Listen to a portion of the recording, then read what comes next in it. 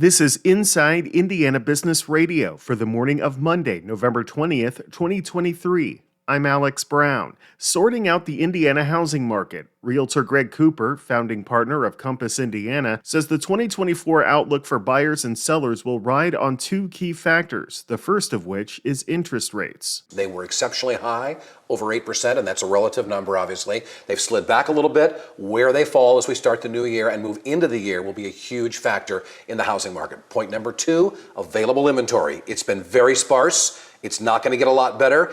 People think if mortgage rates come down, now I'm going to buy. It won't be easier because the inventory will be in just as high, if not higher demand. Cooper says while Indiana's housing market remains robust, it is unlikely that available inventory will get better anytime soon, largely due to a rising number of first-time home buyers who are not putting inventory into the market when looking for a house.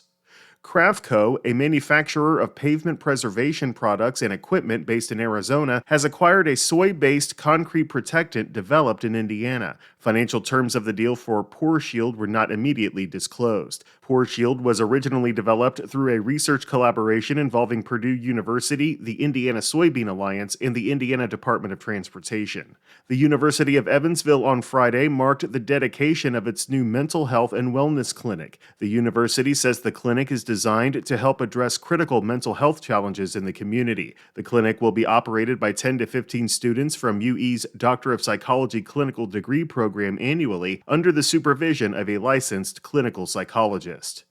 From the number one source for Indiana business news, this is Inside Indiana Business Radio. IBJ Media, Inside Indiana Business, and the Indiana Economic Development Corporation invite you to Engage Central Indiana, presented by CareSource, Indiana University, and Old National Bank. You won't want to miss our fireside chat with Governor Holcomb and the Michael A. Carroll Award presentation to Mitch Daniels. Plus, we'll dive into the important issues shaping the region's economy. It's December 6th at the JW Marriott in downtown Indy. RSVP at ibj.com/engage. The Tippecanoe County Commissioners are considering a temporary ban on high-volume water withdrawals and transfers. IIB's Kate Sharon has more. The move is in response to concerns over a potential pipeline that would draw massive amounts of water from a Wabash aquifer and send it to the LEAP Innovation and Research District near Lebanon. The commissioners are scheduled Monday to vote on a 9-month moratorium on water extractions that exceed 5 million gallons per day and a prohibition on high-volume radial collector wells, which are capable of pumping more than 1 million gallons per day. The proposal comes as the Indiana Economic Development Corporation faces pushback for its exploration of a plan to pump as much as 100 million gallons of water per day from aquifers connected to the Wabash River. The water would then be piped 35 miles to Boone County to support advanced manufacturing developments at the district. County Commissioner Tom Murtaugh said the commissioners are concerned that the project would have adverse environmental impacts on the region's water supply. It's unclear if the ordinance would hold up against a legal challenge.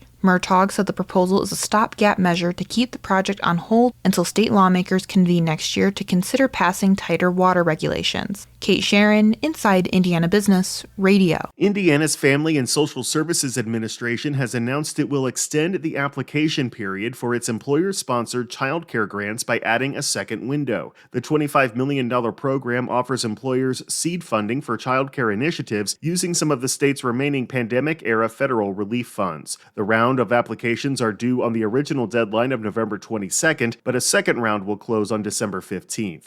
The agency says it will consider any unsuccessful first-round applications along with new applications during the second round. Former Indiana Higher Ed Commissioner Teresa Lubbers is this week's guest on the Business and Beyond podcast with Gary Dick, presented by PNC, a weekly conversation with high-profile Hoosiers in business, sports, and entertainment, and beyond. Available now from your favorite podcast provider. I'm Alex Brown for Inside Indiana Business Radio on Demand.